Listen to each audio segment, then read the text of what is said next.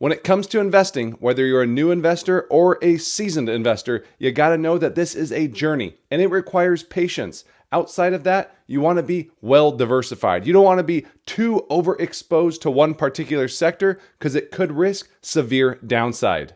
As such, if you're an investor looking to build long-term wealth and you don't want to stomach huge swings in your portfolio, then you're going to love today's video, because what we're going to do is we're going to take a look at 10 individual stocks to build out a dividend portfolio. And initially, I would tell you to build out a portfolio first with ETFs and index funds. But today's video is going to focus more on those individual stocks. Individual, 10 of them across various different sectors. But before we jump in, do me a huge favor. Click that like button down below. Subscribe to the channel so you're notified anytime we drop new content, and let's jump into it.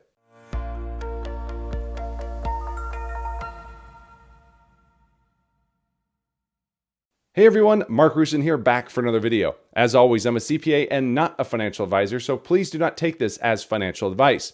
And before we begin, let me thank today's video sponsor, which is the Motley Fool. The Motley Fool has a ton of great resources and products available for investors of all different levels. And right now, if you go to fool.com/Mark, you could sign up to receive their 10 best stocks to buy right now. All right, let's jump back into today's video, taking a look at how I would build a 10 stock dividend portfolio, touching nearly every sector within the S&P 500. And as a disclaimer, this isn't a video about the 10 cheapest stocks by any means. This is a video about 10 companies that pay dividends, that pay safe, reliable, and consistently growing dividends. These are companies I would focus on building out positions in over time.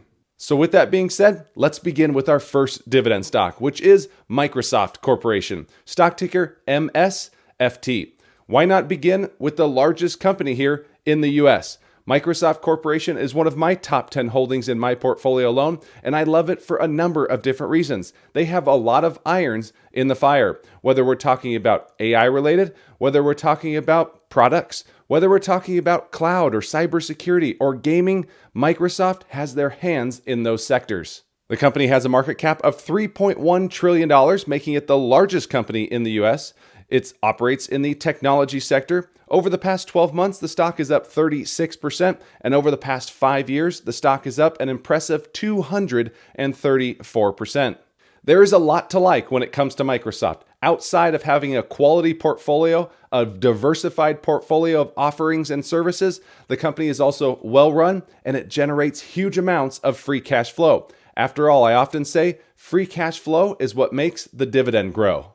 Looking here at this 5-year chart, you can see how free cash flow has increased from just above $36 billion just 5 years ago to more than $70 billion today. What does free cash flow do? It's where the dividend is paid from. And speaking of that dividend, the company pays a dividend of $3 per share, which equates to a dividend yield of just 0.7%. They have a 5-year dividend growth rate of 10.2%, and they have increased their dividend for nearly 20 consecutive years. As such, when it comes to Microsoft, people really aren't investing in the company for the dividend. It's more icing on the cake. People are investing in Microsoft more for the growth. And that leads us to our second dividend stock, which is Abbvie, stock ticker ABBV. Abbvie is one of my favorite positions. It has been a staple in my portfolio for a number of years, pretty much ever since it was spun off nearly a decade ago from Abbott Labs. The company held on to the #1 selling drug in the world, which was Humira. However, Humira saw its patent protection expire at the start of 2023. But back then, Abbvie was more of a one-trick pony. Humira accounted for about 70% of company sales. Today, it is more diversified, with Skyrizi and Rinvoq, the next two largest drugs, kind of taking the torch from Humira. The company has a loaded pipeline of products, as well as a much more diversified portfolio of products as well. The company currently has a market cap of $289 billion. It operates in the healthcare sector. Over the past 12 months, the stock is up 15%, and over the past 5 years, up about 110%. So as you can see there, outside of the dividend, Abbvie also offers you growth potential. That's why I refer to this company as the investor's trifecta. You can get growth potential, you're going to get a high dividend yield, which you'll see here in a second, as well as strong dividend growth. But before we look at the dividend, let's take a look at the free cash flow. And as you can see here, the company generates billions in free cash flow, over 20 billion. With Humira sales falling off though, that has dropped off, but as Skyrizi and Rinvoq continue to grow, so will free cash flow yet again. That free cash flow funds a nice sized dividend, which you could see here. They currently pay a dividend of $6.20 per share, which equates to a yield of nearly 4%. The company has 5-year dividend growth rate of 8.5%, and they have increased their dividend for a decade straight. Again, there's a lot of things to like about Abbvie. It's going through a transition period, losing patent protection with Humira, but Skyrizi and Rinvoq are kind of stepping up to the plate. The company offers growth potential, solid dividend yield, and dividend growth. And that leads us to our third dividend stock, which is Visa, stock ticker V. There's not many other companies out there that get a better reading into the U.S. consumer. And not just the U.S. consumer, the global consumer, as Visa is the largest, a global company, the largest payment processing company operating out of the financial sector. So whether you own Visa or you don't own Visa, it's probably a great idea to pay attention to their earnings each and every quarter, or at least on a regular basis, because you're going to get some insight into how well or how weak the consumer is doing. The company currently has a market cap of $563 billion. As I mentioned, it operates out of the financial sector, and over the past 12 months, the stock is up 22%. Looking out over the past 5 years, Visa shares have climbed 70%. Visa has quickly become one of my favorite stocks to invest in. When it comes to my investing style, I focus less on yield and more on dividend growth. It's very similar to Microsoft. People don't generally invest in Visa for a 0.7% dividend yield. They're focusing for the growth potential and that dividend growth. Companies that show me that they can increase their dividend at a fast rate year in and year out are generally companies that are growing free cash flow at a strong clip as well. Over the past 5 years, Visa has increased its free cash flow from roughly $9 billion to nearly $20 billion, more than doubling, which is fantastic. The company operates with free cash flow margins in excess of 50%. This allows the company to pay a safe, reliable, and fast-growing dividend. Speaking of that dividend, Visa currently pays $2.08 per share, which equates to a dividend yield of just 0.74%. The company has a 5-year dividend growth rate of 16%, and they have increased their dividend for 15 consecutive years and counting. Big time dividend growth when it comes to Visa. And that leads us to dividend stock number 4, which might surprise you a bit, which is Alphabet, stock ticker GOOGL. That's right, Alphabet, a dividend stock. You don't know how much joy that brings to my heart. The company announced its first ever dividend, following the likes of close competitor Meta, who also offered its first ever dividend payment or announced its first ever dividend payment. Very similar to Microsoft, Alphabet has a lot of irons in the fire, but what they're best at is things like Google Search or YouTube, the 2 largest search engines in the world. But the company doesn't just stop there. They have AI potential. They have cloud potential, which they're already a top 3 leader in as well. There's a lot of reasons to like Alphabet moving forward. The company currently has a market cap of $2.1 trillion, making it one of the largest 10 in the US today. It operates out of the communication services sector. Over the past 12 months, shares of Alphabet are up 46%, and over the past 5 years, up nearly 200%. One of the main reasons the company was able to start paying a dividend is due to the fact that they print money. They generate huge amounts of free cash flow. Over the past 5 years, the free cash flow has increased from less than $30 billion, which is already a ton, to roughly $70 billion today. The dividend accounts for a slight fraction of all that, as they announced. Speaking of the dividend, the company again just announced its first ever dividend, which was 20 cents per share for the first quarter. Assuming this is a quarterly dividend moving forward, that would put Alphabet with an annual dividend payout of just 80 cents per share. We're talking about a dividend yield that's roughly 0.5%. So similar to Visa, similar to Microsoft, not big on yield, but I would expect that to be dividend growth here moving forward. But since it's brand new, we don't have any stats on that right now. And that leads us to dividend stock number 5, which is the Home Depot, stock ticker HD. The Home Depot is a retailer that's been able to sidestep the threat from Amazon.com. Not too often are you going to be ordering 2x4s from Amazon. And the Home Depot has also built a strong relationship with pro consumers. The company currently has a market cap of $346 billion. They operate out of the consumer discretionary sector. Over the past 12 months, the stock is up 21%, and over the past 5 years, it's up nearly 80%. The Home Depot stock is going to move pretty much in line with how well or how weak the consumer's doing. In addition, it's going to move with how well or how weak the real estate sector is doing. During the pandemic, with everyone stuck in their homes, the number of home improvement projects skyrocketed, which is why when you look at this 5-year free cash flow chart, you see a big pandemic boost. We are now back to reaching those pandemic peaks again at roughly $18 billion in free cash flow, which helps pay that growing dividend. Speaking of that dividend, the company currently pays a $9 dividend per share, which yields about 2.6%. Like Visa, though, the Home Depot also has strong dividend growth with a 5-year dividend growth rate of 14%, and they have been increasing their dividend for 14 consecutive years.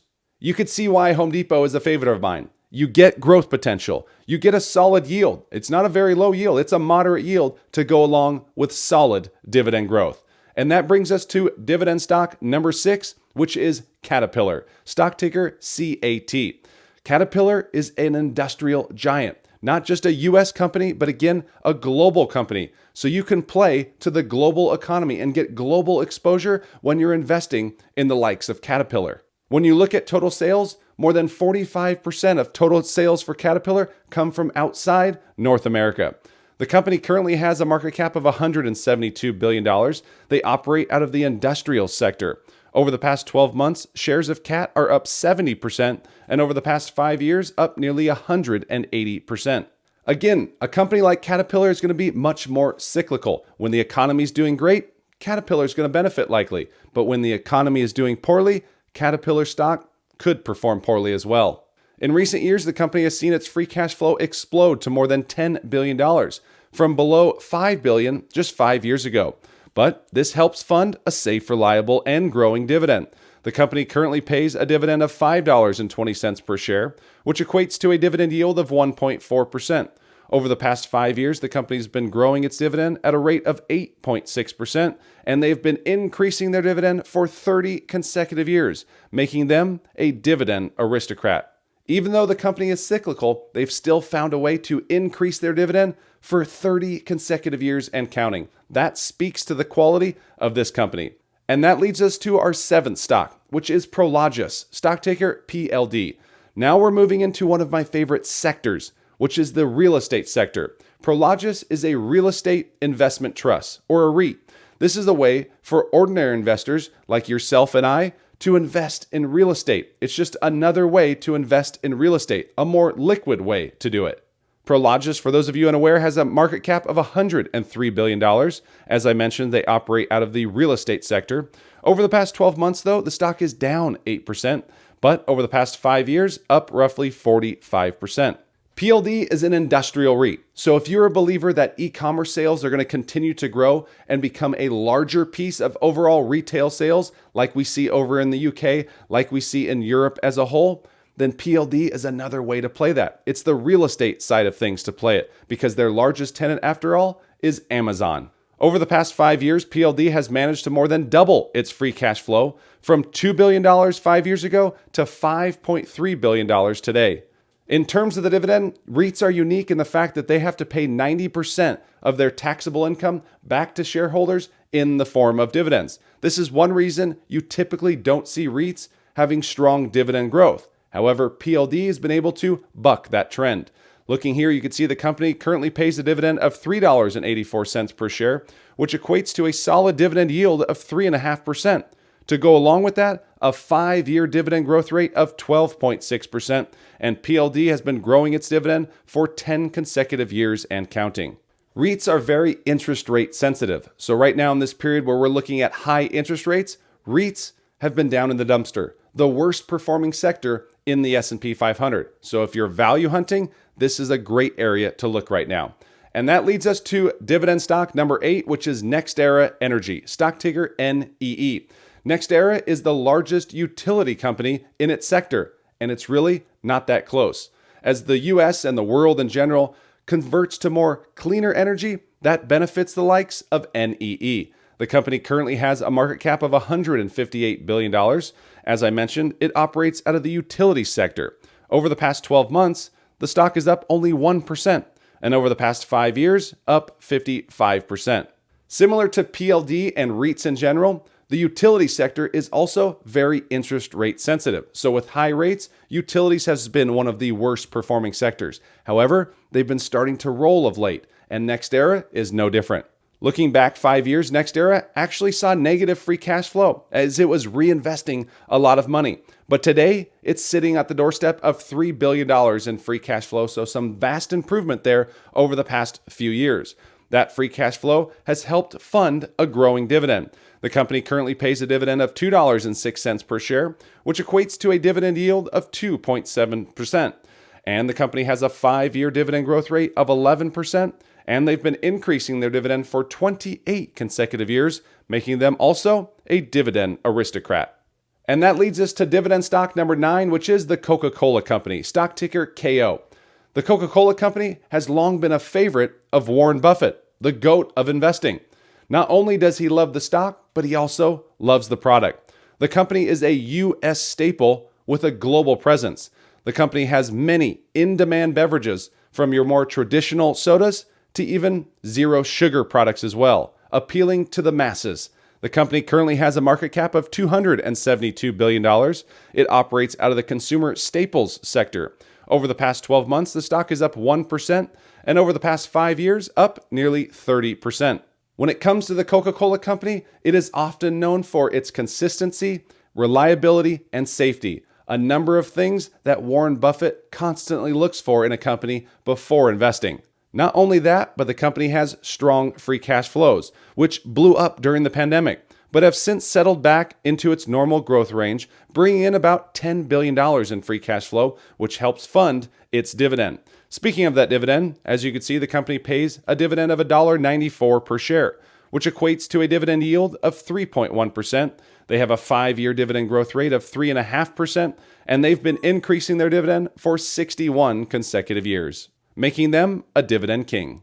Consistency, reliability, and safety is what you get when it comes to Coca-Cola. And that leads us to dividend stock number 10, which is Chevron, stock ticker CVX. Let's end it with the energy sector. Again, another cyclical company. Many of these companies within the energy sector are tied to oil prices. When oil prices are higher, these companies usually do a little bit better. When oil prices are lower, they could lag a little bit. When it comes to Chevron, them and Exxon are the kings of the energy sector. The company currently has a market cap of $297 billion. Obviously, it operates in the energy sector. Over the past 12 months, the stock is up 5%, and over the past 5 years, it is up 33%. Chevron is very diversified, with both revenues coming from upstream as well as downstream. And again, Exxon as well as Chevron are the two that dominate this particular sector. When it comes to higher oil prices, these companies are usually able to generate more in free cash flow. Over the past 12 months, CVX has generated $18.4 billion in free cash flow, which again helps pay that growing dividend. Speaking of the dividend, the company pays a dividend of $6.52 per share, which equates to a dividend yield of 4%. They have a 5-year dividend growth rate of 6.3% and 36 consecutive years of dividend growth, making them firmly a dividend aristocrat. All right, there we go. We made it through 10 dividend stocks that I would look to build a portfolio around today if we were looking just at individual stocks. In the comments section below, let me know what you think of these 10 stocks. What were your favorites, and what are some changes you would make to this particular list here? And if you haven't done so yet, make sure you hit that like button down below. Subscribe to the channel, and we'll see you in the next one. Take care.